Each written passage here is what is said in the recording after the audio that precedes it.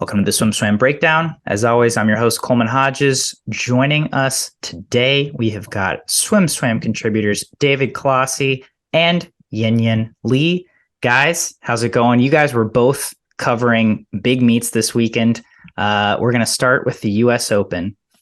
To me, the U.S. Open had three standout studs. It was Katie Ledecky, Summer McIntosh, and Regan Smith. There were a lot of good swims there, but those three swimmers were kind of shown the brightest to me. I'm curious what you guys think.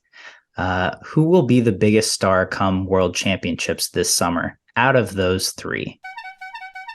Come on, I've got to say Summer McIntosh. She's on fire. Like, she went 4:28 at an in-season meet, and I know that seems to be her style, but she's just getting better and better with every swim, just going on this upward trajectory. And this is even taking in the consideration that she's gone through three different coaching changes this year, from Ben Titley to Ryan Millett, and now she's training full-time with Brent Arkey, and she's just handled everything so well and just taking on so many different events. And I think Ledecky and Smith are both going to be really good, but McIntosh is going to be turning heads the most next year, just building upon her performances this year and improving the most. And I see a lot of people talking and debating about who's going to be the next Phelps, and Marchand, they're saying Marchand, Milak, Popovich, and trust me, I hate when people compare swimmers of this generation to Phelps because our sport is not based on one swimmer, but I think Summer McIntosh is the closest thing we're getting to Phelps in this generation, and I just think it's so exciting seeing her swim all these events, and not just her best events. She went a 207 and the 200 back. She's improving in her 200 breast, and she's just becoming a really exciting all-around talent. I think she's going to be the star of the World Championships next year. Obviously, all three of those women are incredible talents, and they are going to be bringing in just a mountain of medals at the World Championships. You have Regan Smith. Seems like she's acclimating really well to her new training environment, and that's awesome to see because when she's on, it's incredibly fun to watch. So I'm hoping that she has an incredible summer. Summer McIntosh, she's been throwing down just faster swim after faster swim. Just every time you seem like, okay, maybe she'll slow down. She doesn't. But at the end of the day, I'm going to have to go with tried and true Katie Ledecky. Yes, the recency bias in me really wants to go with Summer McIntosh because, like you said, she's been on fire lately. But to me, it comes down to the fact that I don't think, at least this summer, that Summer McIntosh is going to be able to get around Katie Ledecky in the 400 free. I think they're going to have a race. I think, we just saw at the U.S. Open, Katie Ledecky won by 8/100ths. So there's going to be a race, but I think Katie Ledecky is still going to beat her in the 400 free. And I think it's kind of hard to be the bigger star than someone else when they beat you in one of your head-to-head matchups, as well as the fact that, yes, Summer McIntosh is going to be going insanely fast in the 400 IM, but we're still going to have those classic Katie Ledecky finishes where she touches the wall and the camera has to kind of scooch back to get everyone else in frame. And I feel like it's that point, kind of the Katie Ledecky effect, where we're used to seeing her do these insane swims and win by these insane margins where we kind of go, oh yeah, whatever, that's expected.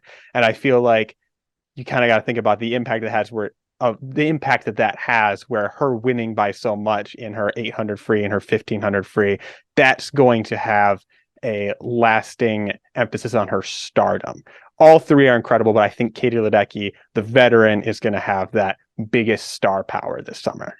I gotta go with Regan Smith on this one, and my theory, because I think the biggest star will be the one who breaks 2 world records at World Championships this summer. I don't think Katie Ledecky will go 2 best times.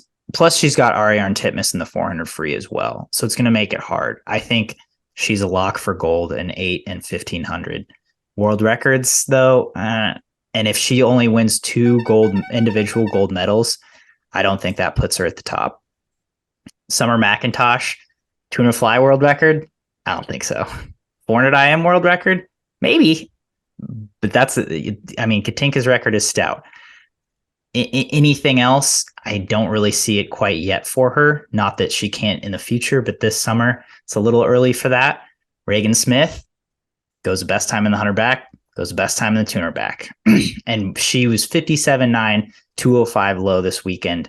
That puts her in a really good position to have a successful world championships. If she wins double gold in both backstrokes and breaks world records in both of them, I think that vaults her over the top of Summer and Katie. Even if one of them does end up winning 3 gold medals, I think 2 golds and 2 world records would be the bigger deal for world championships. I mean, we can't say Regan is going to break 2 world records when we haven't even seen her make an international team in the 200 back yet. Like, she's still her time from US she did Open. In 2019.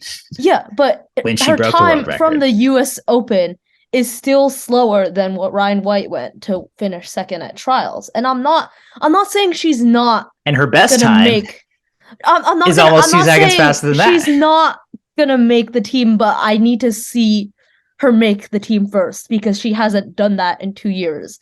And I'm not trusting the results of one meet to show that Regan is all of a sudden gonna improve, because you never know. You could burn out. The pressure could get to you, and that seems to be a problem that she's had in the past. And if she proves herself at trials, then yes, I can see her doing that. But just her track history at her recent meets, just not being able to do it when it counts, I don't think. I need to wait and see to make any conclusion on if she's going to break any world records or not. And that's I'm not being a hater, but I would say that I need more evidence. Yeah, David, go. I would say that Regan Smith is the most volatile of the 3 options. Mm-hmm. If it is a, reinvented Regan Smith, really adjusting a new training atmosphere, and that's what it took to get to, 2019 Regan Smith and then advance beyond that, it might be the clearest. This was the obvious star for the pick. But if that doesn't happen, then she's either be first or third. I feel like it's either all upside or no upside. And so I think it's a risky pick. Let's see how it plays out for you. Yeah. And I think improving your mental game and being able to swim fast at the right moment, that's definitely something she struggled with in the past, and something we've seen other athletes struggle with in the past as well. If you look at Carson Foster and you look at Gretchen Walsh, their development in overcoming these struggles took a lot of meets. Carson Foster didn't get it right after the Olympic trials. He went through NCAAs and he had some mishaps at NCAAs, and he finally was able to get it done at US trials. And the same with Gretchen Walsh. She even had to wear a practice suit. And I just don't think Regan Smith's going to solve that problem just from one US Open meet or just from one training trip. It's going to take a lot of time to develop, and I need to see her swim at more meets to make a conclusion on whether she's gotten better at that. And so in 2020, coming out of the COVID year, 2021, Regan missed the team in the 200 back. She made it in 2 other events and won medals in both those events. Yeah, but she was the heavy favorite to win gold, and she didn't. Sure. Okay. The next year, new training location, brand new training environment, which we now know she didn't totally jive with because she left. World title in the 100 backstroke, gold medal in the 400 medley relay. And now she's put up times that I think she swam about the same thing in the 200 back at trials last year in December. I mean, give her the benefit of the doubt that she's on the trajectory, right? Her mental game, or her physical training game, is getting to a place where she can go best times again, or get close to her best times. I mean, if she goes 2:04, she makes the team, and she just went 2:05.2. In my book, 2:04 makes the team. So that's a good sign to me for Regan Smith. Next up, we also had another great meet in the Minnesota Invite. I'm curious what team stood out most to you at the Minnesota Invite, because there was a lot of good individual performances, but there were some team takeaways as well, especially at the top with Cal and Texas. Okay, I'm gonna go with the Texas woman just based on where other teams are at in the season.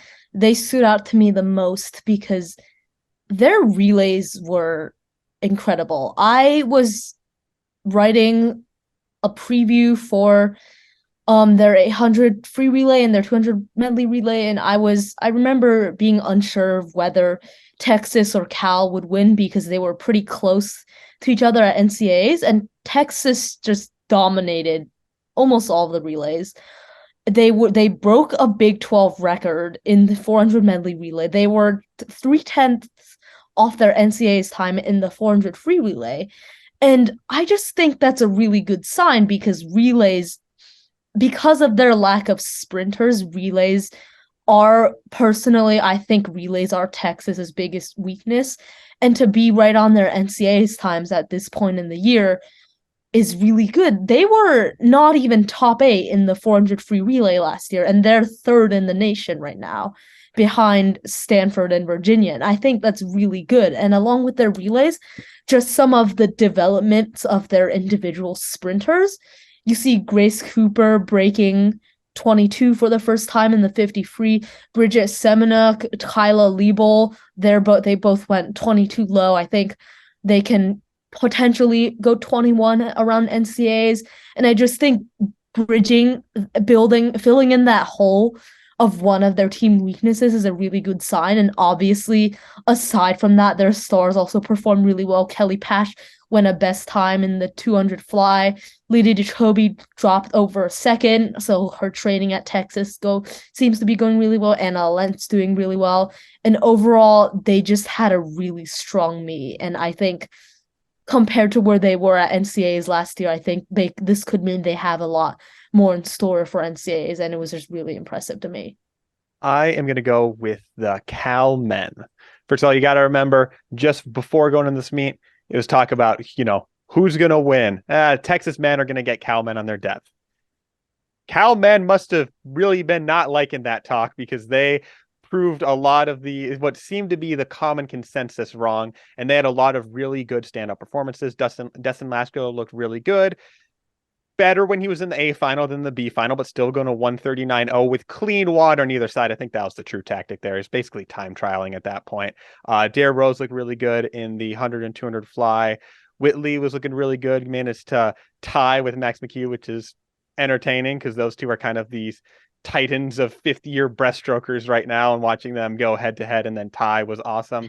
And then they topped it off really well with a top time in the 400 medley relay by just over a second, which is looking really good. They're looking pretty good all around. Their stars were looking pretty nice for this point in the season, and then top it up with some really good medley relay performances. They also were second this year. I think it's 2 100s behind Florida. So, and all around just relays in general looking pretty sharp, and they're looking really well rounded for this point of the season. So I'm going for California men.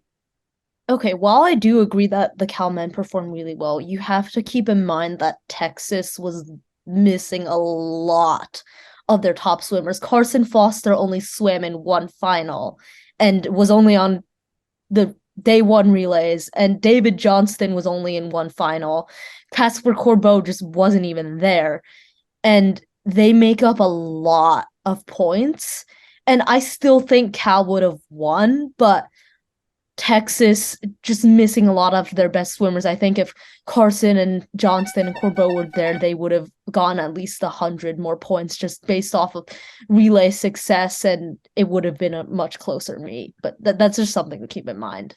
I do agree it would have been closer, but I'm also considering how much Texas won by last year. So even if they tied, I would still say Cal looked slightly better, just because a lot of it was comparing the results to last year, because they took a huge chunk out of the lead, even managed to reverse it. I do agree, though, it would have been a lot closer, and there would have been a lot more fun and exciting races. Obviously, I get why they weren't there, but I do think that I still am giving the edge to the Cal men.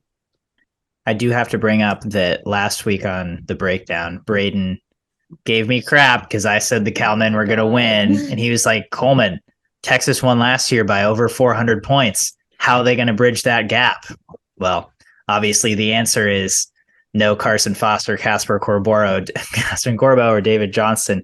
I was going to ask, do you think if Texas would have had a full team, could they have bridged the gap, which was 280 points? By the way, this year, the Cal men beat Texas by 280. I think it would have been close. I mean, because the relays, again, it's only it's 40 points per relay, but I think Texas would beat Cal in any of the relays? Maybe not, but I think there was at least one relay where Cal got first and second. But I think it would have been obviously much closer, but it's kind of too close to say whether Texas could have bridged that gap even at full strength. And I think that bodes really well for the Cal men heading into NCAAs. Yeah, I guess you could say that the Cal men impressed because of the I told you so factor. Like everyone was saying, Texas is going to win because of their depth. But for me, it was just Cal's the defending champion. They're going to be good. But the Texas women were more of a surprise to me about how they did, which is why I said them. But yeah, I get the I told you so factor. NCAA swimming is all about the I told you so factor. Yeah. So moving on from NCAA swimming, looking ahead, we've got a couple very exciting swim meets coming up. This week, we have got Winter Junior Championships East and West. It is a star-studded field heading to both meets in Greensboro for East and Austin, Texas for West. Which one do you think will be the more exciting meet, East or West? So I think East has the top stars on both the girls and boys sides of the meet because East has Summer McIntosh and West and Scotty Buff and Thomas Howman, but I think West overall there's just a lot more talent spread out because you've got the Sandpipers. Those are three of the best junior swimmers in the country and maybe even of this generation. You've got Maximus Williamson on the boys' side. You've got Haley Tierney, who's coming off a really good Wisconsin States meet. Lydia Jacoby's gonna be there. Rex Mauer's gonna be there. Diggory Dillingham.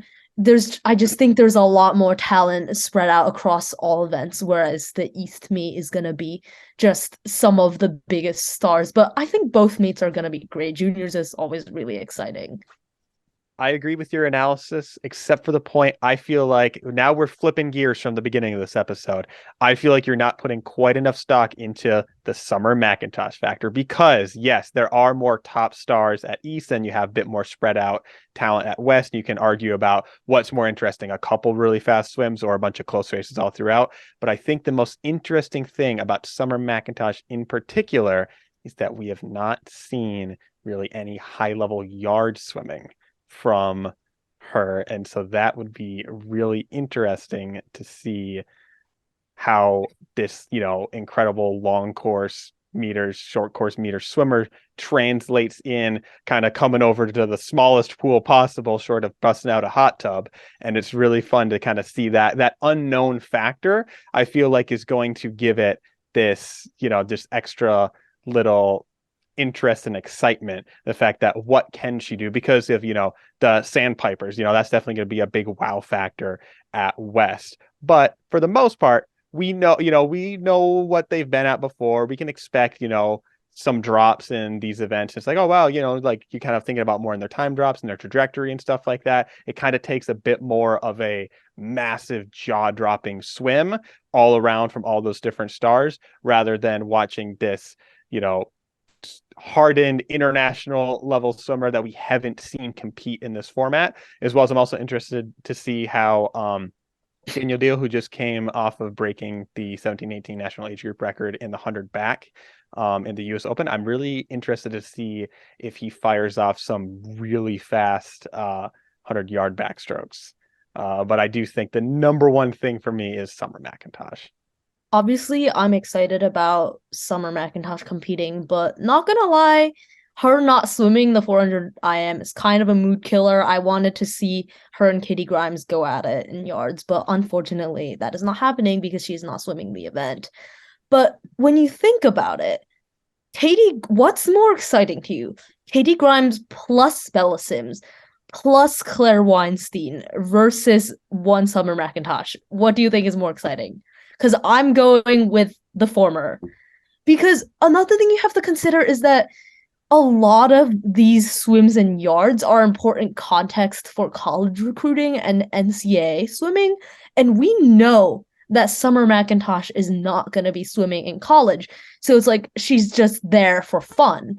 But Katie Grimes and Claire Weinstein, they still could potentially be recruited. Bella Sims is going to Florida. When you look at their swims, for example, if you see Bella Sims swim a 500 free that's really fast, you could be like, oh, that's really good for Florida. That's really good for the future of these NCAA teams. But with Summer McIntosh, she's good, but it's almost like a feeling of disappointment. Oh, she's good, but you're never going to see her in the top yards competitions because she's not swimming in college, and that's a mood killer for me. Do we know for a fact she's not swimming in college? I don't think she's allowed to because she swam in ISL. That makes sense. I am curious though, if Summer McIntosh were to swim the 400 IM yards this weekend, what would she go? Yards isn't also her best specialty because her turns aren't that great compared to her top competitors. But you think so? Her turns are obviously. She went 352 in the 400 free short course. Okay, not that her turns aren't great, but her long course is better than her short course. All right, so what do you think? Would she break 4 minutes? I think she's breaking 4 minutes, but I don't think Alex Walsh went 357 to win NCs last year. Would she go faster than that? I would say yes. I think she could. I don't know if she's gonna break Ella Easton's record, but I think she could go faster than Alex Walsh. I think because I was talking smack on her not being able to beat Katie Ledecky this summer, she would have gone a 356.52 going 1/100 faster than Katie Ledecky ever went in the 400 IM. You're making up for what you said before.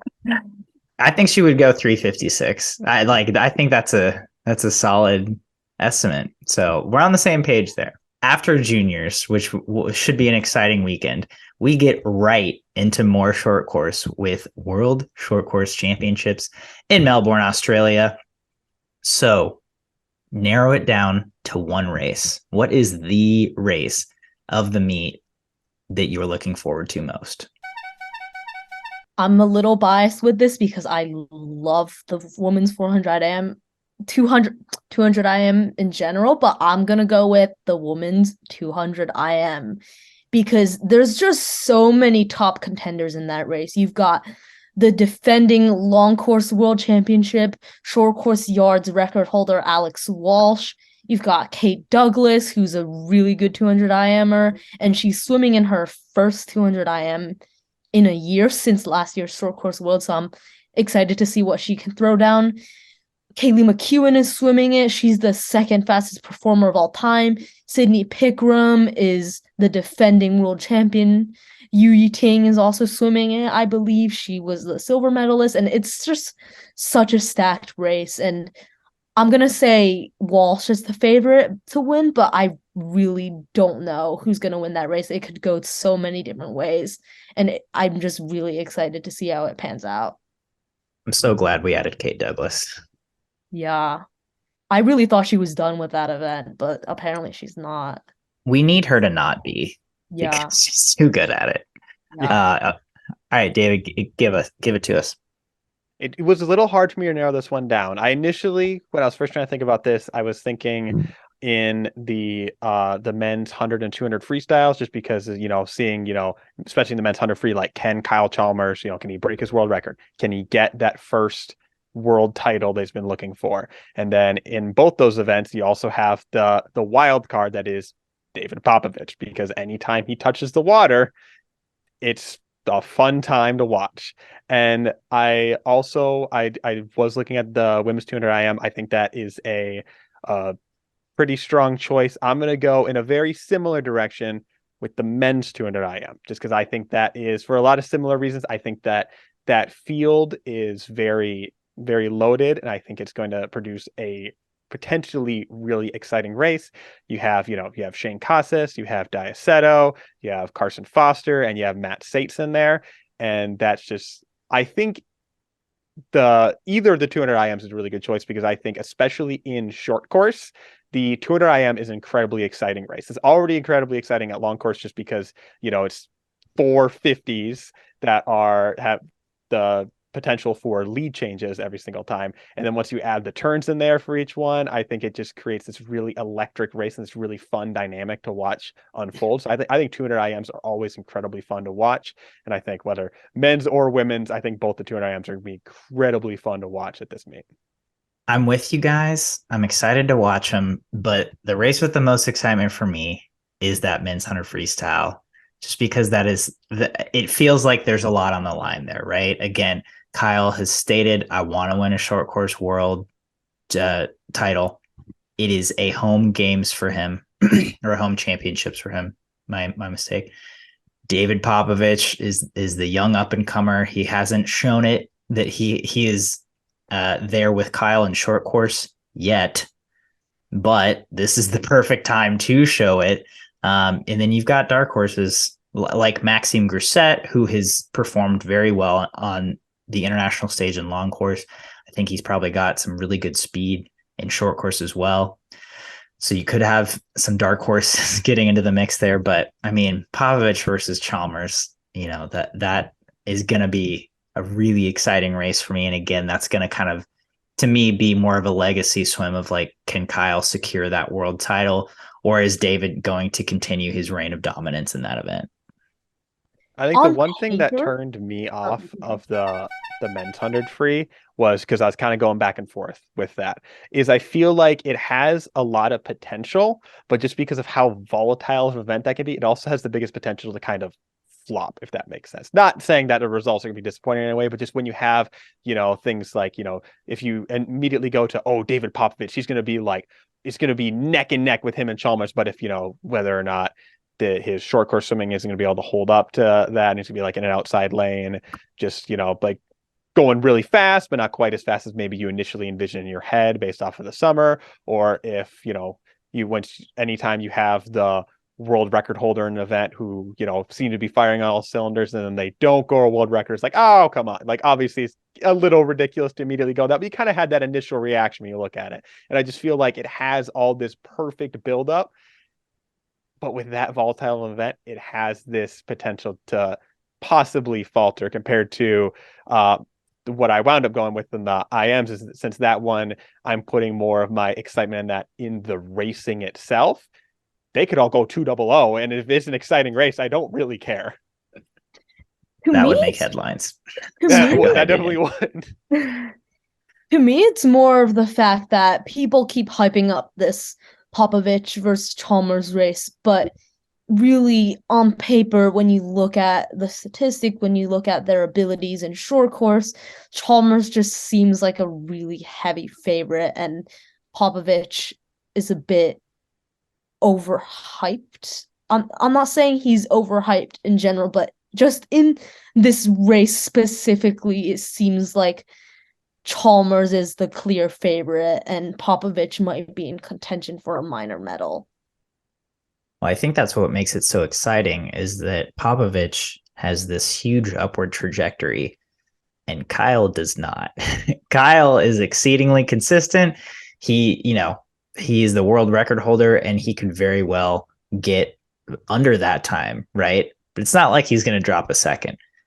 Popovich could drop 2 seconds. Like, we don't know, because he did that one summer, like a year or two ago, right? It's like, it's just, we don't know what his potential is. On paper, you're right. Popovich might get a minor medal, but he also might go 45-2 in prelims, and then everyone's like, "Oh, what's he gonna do?" And then it becomes, really exciting, just like he did at World Champs. That will do it for our news this week. And now it is time to play Sink or Swim. First up today on Sink or Swim, we've talked a lot about Summer McIntosh, and we're going to continue talking about her. Braden Keith, our editor-in-chief, put out a fun article about an 800 IM add-up and the best female swimmers of all time when you add up their 200 long course strokes, all four back breast fly free. Summer McIntosh was third all time on that list, behind Katinka Hozu and Yishi Wen. Will Summer have the fastest add up 800 IM all time by the end of summer 2023? I'm gonna swim it because, as I said before, McIntosh is on this big upward trajectory of improving. And right now, Katinka Hozu has about 2.5 seconds on her. And I think that 2.5 seconds can be easily made up just from her swimming a 200 breast, maybe at a Canadian trials prep meet, because she's obviously not very experienced in the 200 breast, but she's going to continue to train it because it's important for her IMs. And she could pop a 227, 228, 200 breast just at a random meet, and bam, she's number one. And in the 200 back, she's going to keep on improving that as well. And she could go at best time in the 200 fly or the 200 free at Worlds.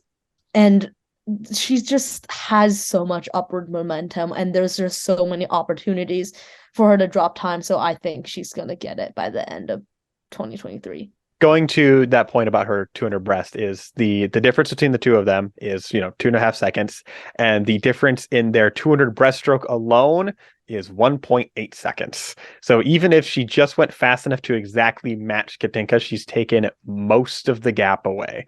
I'm also going to swim it just because I believe combination of, if she just throws a 200 breast out at any point, that'll do it. And I don't think that's too ridiculous because that's not an uncommon training event for 400 IMers. It's not like it would require her to be specifically thinking about that article and going, well, I want to be number one. It's not like it's entirely out of the question that is something she would do.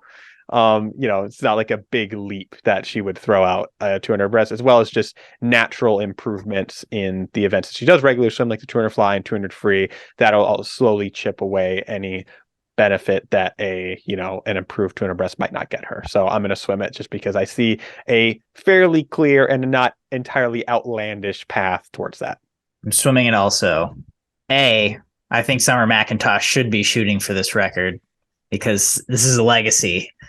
And B, we saw her go 207.1 in the 200 back this weekend, which is ridiculous.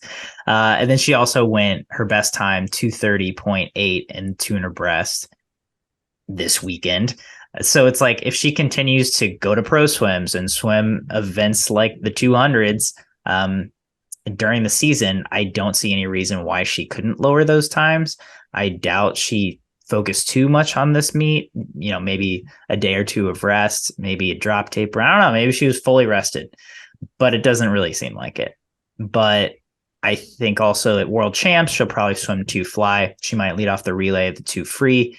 And she's been on a huge upward trajectory, so could go best times in those. But I'm with you guys. I think the key is that 2 back and 2 breast in season drops, baby.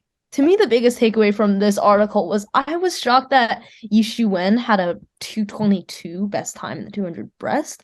I remember watching her 400 IM in London. She didn't even do pullouts in her breaststroke, and she goes 222.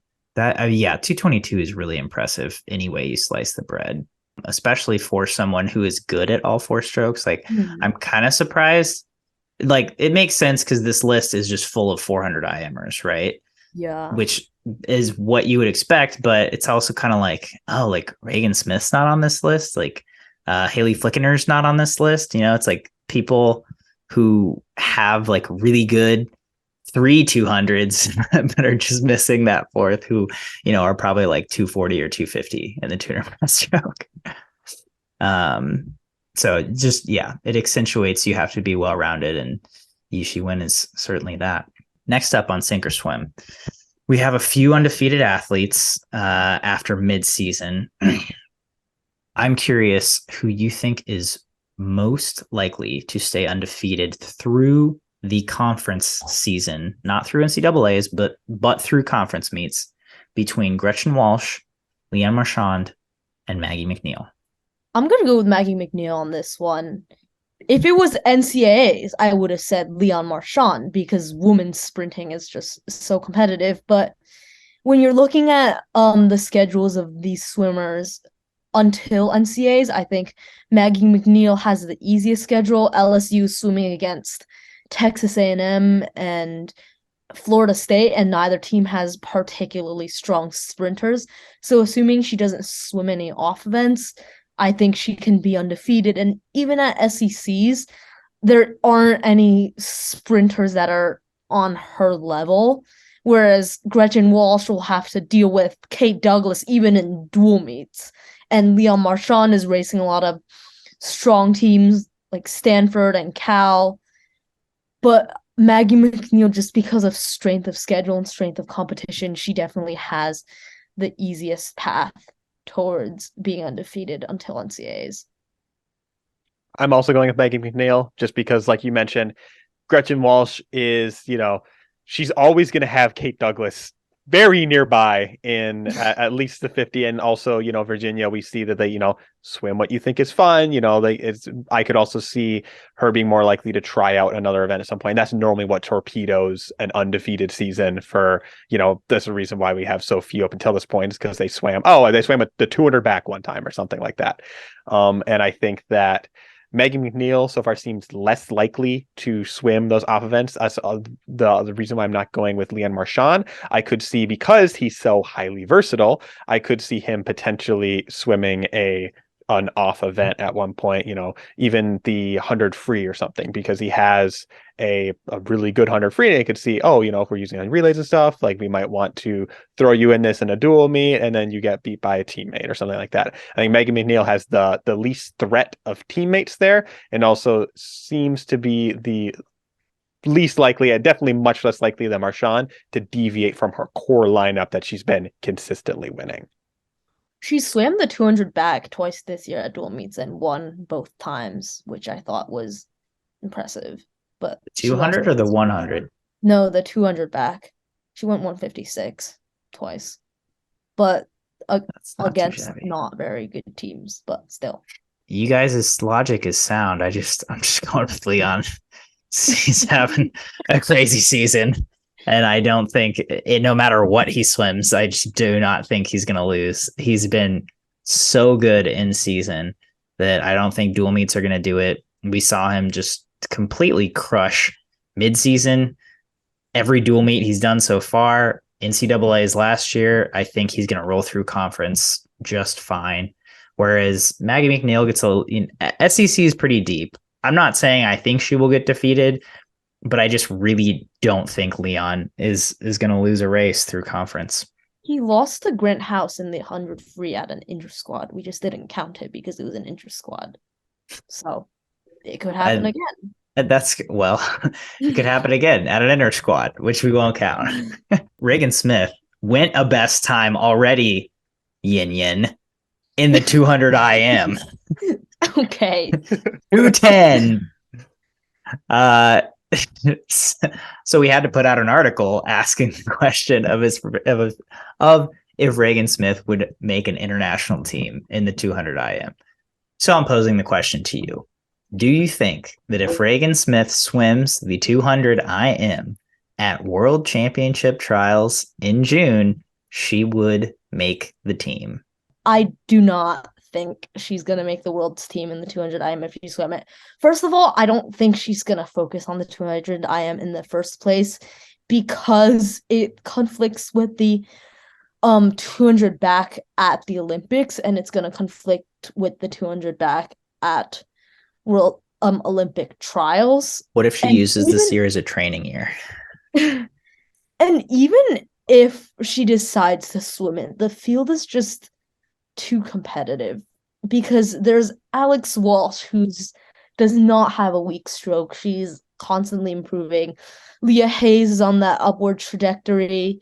And Tori Husk, she said she's been training more IM recently, and I think she could maybe take up that event, and she's already faster than Regan.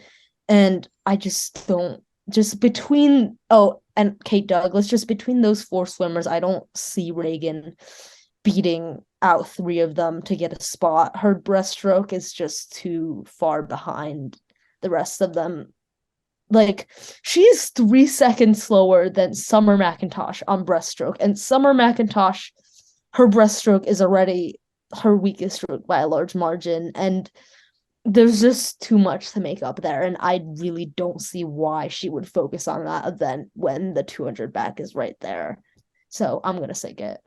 Do you think Kate Douglas will swim the 200 IM international long course again? I mean, to me, the thing with Kate Douglas is that she's good at so many events, but she's not a lock to make the team in any of them because the sprints are so competitive, and in the 200 breasts, you've got Annie Laser. And I think she's gonna have to come to a point in her career where she needs to focus on maybe 1 or 2 events and try to be the best at those 2, because ultimately she's obviously versatile enough to play this game, but she's playing a game where she's experimenting with all these events, and she's getting, I don't want to say she's getting really lucky because she's good at the events, but she's winning so many races by such a close margin, and at one point it's just not going to be enough, and I think she needs to focus in on 1 or 2 events, and I could see that being the 200 IM and 200 breast, but I don't know. I hope she continues to swim 200 IM, but it's ultimately up to her. I think, going back to Regan, that if you kind of look, obviously her breaststroke was the weak point in her IM, otherwise incredible at 3 strokes. Mm-hmm. And if I had to make an assumption about that, I would assume that breaststroke is not something that she ever really focuses on. That was probably just her natural just talent going and doing what it can do in the breaststroke, because what reason would she have to really focus on it outside of, the occasional, when a set is do your worst stroke for the 50 or 100 or something like that. If she entered the 200 IM, I don't see her making the team in it. So that would require, if she does decide to, I'm going all in on the 200 IM. Am I going, or halfway in on the 200 IM at least? I'm going to start training breaststroke a couple days a week. I'm going to focus on it more. Would that then give her the ability to make the 200 IM? I'm still going to sink it. I don't think it's by, as black and white, but I think it then brings her right up on the bubble, because now it's not like it's a weak event is the issue. It's not like there is an obvious hole that can be filled where, if you just improve your breaststroke, you can just slot right in there. It's if you improve your breaststroke, now you get to compete for a spot, which is already difficult enough because, Alex Walsh, I don't think she's really in danger of being unseated. And then, like you mentioned, Leah Hayes is a pretty strong number 2, seems to be improving as well. And then there's all the Kate Douglas potential to return in there. And then just, it's a little too strong of an event. It's not like there's this obvious hole that, if I just fix this up, then I can, grab another event, another medal potential, stuff like that. And I also don't really see a reason for her to possibly change her training to add in more breaststroke, improve that IM to maybe make the team in that event. So I'm going to sink it. I got to swim it. If she swam it at trials, that would indicate that it's some kind of focus for her. And that would mean that she would improve her technique in breaststroke, because it's not like she needs a bigger aerobic base. It's not like she needs to train more. It's just making her breaststroke more efficient. And if she dropped 1.5 seconds in her breaststroke split, which is not unreasonable, she's 2:08.6. And Leah Hayes' world junior record that she won a bronze medal with is 2:08.9. So just because her breaststroke improves doesn't mean she's gonna be equally as fast on all the other strokes than she was when she had a bad breaststroke. You see Summer McIntosh, she pushed the the backstroke leg of her 200, 400 IM at Worlds too hard and her breaststroke wasn't as good. You've got to consider all those factors, balancing every stroke out. Well, that's what I'm saying, though. It's not like she's pushing the breaststroke harder. I'm saying she's working to make her breaststroke more efficient, which could make her freestyle faster. I mean, if she hits the 150 wall with more momentum than 40-second breaststroke split, her freestyle could be half a second faster. I mean, that could make the whole thing faster. It's not like she has to go out for the first 100 any faster than she did in Greensboro. And again, it's not like what I'm saying is she's not training to swim harder on the breaststroke. She's training to swim smarter. So sure, it could be a terrible race, but I'm saying if she swam it at trials, I think she would make the team. I think the reason why I'm leaning sink is because there's the two paths, right? One is that she doesn't focus on it and, still decides to enter it. I think that is obvious sink. I think if she does focus on it, that then brings her, she has the potential to race for it, but you still need to race for, most likely racing Leah Hayes for that second spot behind Alex Walsh. And I think that isn't necessarily, it gives her, she has that opportunity to there, but I don't think that it's, a very clear yes. And so if you say that's 50-50, I'm still overall, I'd say it's like a 25% chance she makes. That makes sense. You have two pass and then one is 50%. It makes sense in my head. But looking at what it took to make the team last year, Leah Hayes was second in 209.99. And then she obviously has gotten faster since then. So just that dipping under 2/10. Yeah.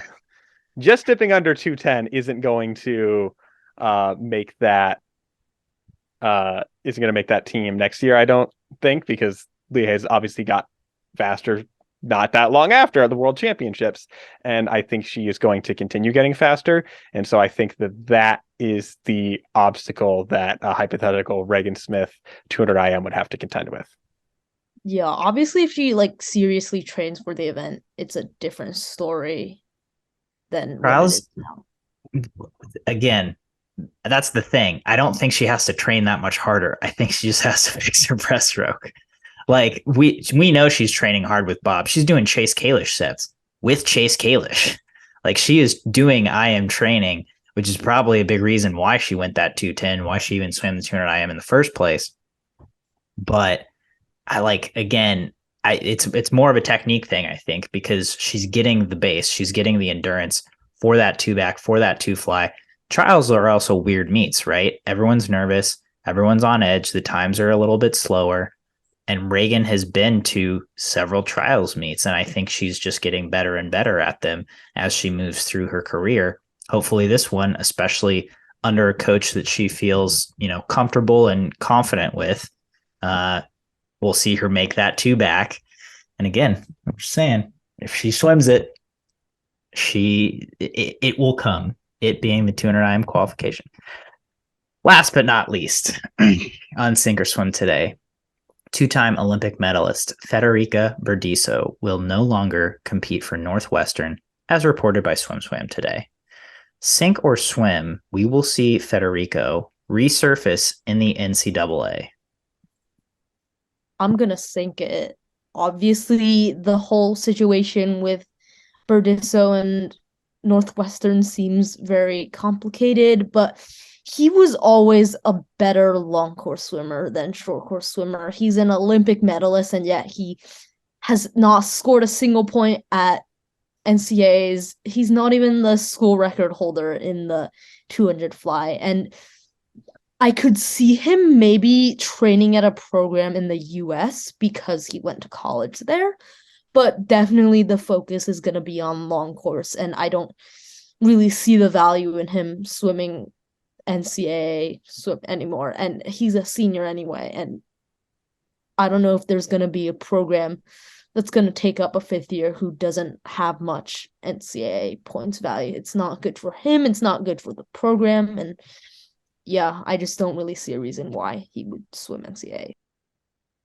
Yeah, I think that he basically doesn't have a need to swim NCAA. Like he's already achieved, very high levels of success in long course, being an Olympic medalist. And I don't think, if he's not like he's going to want to, at least from my perspective, I don't see him wanting to resurface on another program that to really develop his yard swimming and to win an NCAA title. I just don't see that being on the radar for someone who's already achieved that level of success in the sport. So you're going to want to focus on long course. That's what you're good at. I could see the kind of similar to what Hunter Armstrong did, where he's like, I've achieved long course success. I'm not as good at short course. I don't want to do short course. If I'm focusing on long course, I'm just going to pull the plug on that. I could see kind of a similar approach where it's like, why waste, half my season focusing on this other course that isn't going to win me more major international medals, that isn't going to continue to push the boundaries of what I'm already really good at. So I don't really see a lot of motivation for him to want to resurface in the NCAA. So I'm going to sink it. Yeah, I'm going to sink it as well. I just don't really see it. I think a lot of programs might give him offers. I mean, I do think he has a lot of value to bring to a team. He's a really good swimmer. And, under the right program, he might flourish. But the circumstances are he is a senior. He's, it seems like he is more focused on long course. Like, what motivation would there be for him to either swim a semester or maybe just another year when he's already going to have to find a new program and the Olympics are a year and a half away. So it's like, do you really want to focus on yards training if his goal is the Olympics, which it seems like it probably is. That does it for today's SwimSwam Breakdown. Tune in every week for your week's news in swimming.